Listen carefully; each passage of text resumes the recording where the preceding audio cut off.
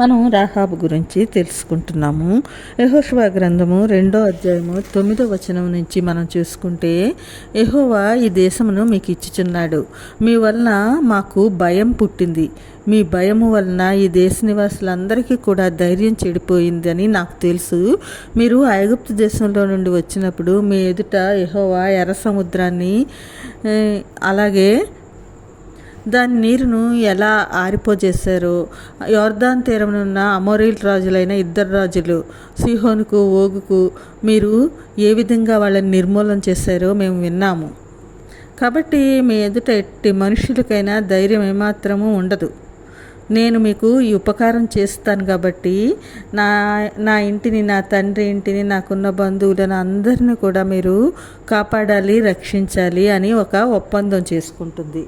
అప్పుడు ఆ వేగుల వారు అంటారు, నీవు మమ్మల్ని దించిన ఈ కిటికీకి ఒక ఎర్రని దారాన్ని కట్టి నీ తండ్రిని, నీ తల్లిని, నీ అన్నదమ్ములను, నీ తండ్రి ఇంటి వారి అందరినీ నీ ఇంట చేర్చుకొనుము.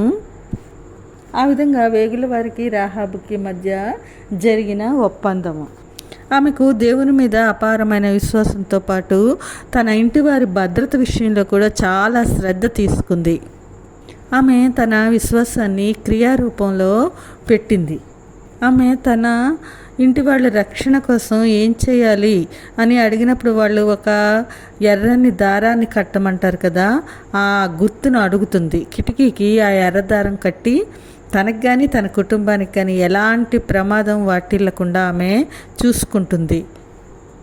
ఆమె తాను ఇశ్రాయేలీయులు చేసిన దానికి ప్రతిఫలాన్ని పొందుకుంది. ఆ విషయం యెహోషువ 6వ అధ్యాయము 22 నుంచి మనం చూసుకుంటే, యెహోషువ వేగుల వారితో చెప్తాడు, ఆ వేశ్య ఇంటికి వెళ్ళి మీరు ఆమెతో ప్రమాణం చేసినట్లు ఆమెను, ఆమెకు కలిగిన వారందరినీ అక్కడి నుండి తోడుకొని రండి.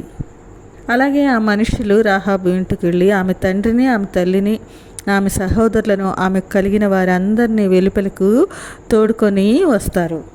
ఇశ్రాయేలీయుల పాలెం వెలుపట వారిని నివసింప చేయడము జరుగుతుంది. 25వ వచనం చివరిలో చూసుకుంటే, ఆమె నేటి వరకు ఇశ్రాయేలీయుల మధ్య నివసించుచున్నది అని ఉంటుందండి. రాహాబు తన బాధ్యతను నెరవేర్చినందువల్ల ఆమె విశ్వాసానికి దేవుడు ప్రతిఫలం ఇచ్చాడు. నిజానికి రాహాబు ఎదుట 2 మార్గాలను పెట్టారు. ఒకటి, తన దగ్గర తలదాల్చుకున్న వేగుల వారిని రాజుకు అప్పగించి బహుమానం తీసుకోవచ్చు. రెండోది, వారిని దాచిపెట్టి వారికి అవసరమైన సమాచారాన్ని ఇచ్చి ఇశ్రాయేలీయులు చేసే యెరికో యుద్ధంలో తనను, తన ఇంటి వారిని కాపాడుకోవడం. అయితే ఈ 2 మార్గాల్లో మొదటి దానిలో ఎంతో డబ్బు సంపాదించుకోవచ్చు, రాజుగారి దగ్గర మెప్పును పొందవచ్చు, అప్పటికి ఏ ప్రాణహాని ఉండదు. రెండవ మార్గంలో ఆ యుద్ధంలో తనను, తన ఇంటి వారిని సురక్షితంగా ఉంచుకోవడము. ఆ డబ్బు, ఆ రాజుగారు ఇచ్చే ఆ బహుమానాలు శాశ్వతం కాదు అని ఆమె గ్రహించింది. ఎందుకు అంటే ఇశ్రాయేలు దేవుని యొక్క గొప్పతనం ముందు అవన్నీ కూడా చాలా అల్పము అని అనుకుంది ఆమె. వేగుల వారు తన ఇంటికి వచ్చారు అనే విషయం రాజుగారికి తెలిస్తే తనకు ఎలాగా మరణశిక్ష తప్పదు. ఆమె ఆ సమయంలో చాలా వివేకంగా ఆలోచించింది. అలాంటి ఆపద సమయంలో మనమైతే ఎలా ఆలోచిస్తాము? దేవుణ్ణి బహుశా పక్కకు పెట్టేస్తామేమో, రాజుగారు ఇచ్చే బహుమానాల కోసము బహుగా ఆశిస్తామేమో, శాశ్వతమైనది వదిలి అశాశ్వతం వైపు పరుగులు పెడతామేమో.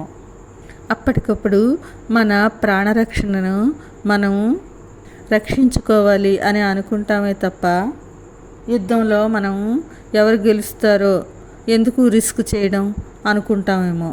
ఈ పని వల్ల మనకెంత లాభం అని ముందు ఆలోచించుకుంటాం.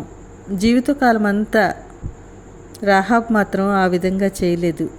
జీవితకాలం అంతా ఒక అసహ్య బ్రతుకు, ఏమాత్రం గౌరవం లేని బ్రతుకు, వేశ్యగా తన జీవితము. అలాంటి అత్యంత హీనమైన బ్రతుకులో దేవుడు రాహాబుకు ఒక సువర్ణావకాశాన్ని ఇచ్చాడు.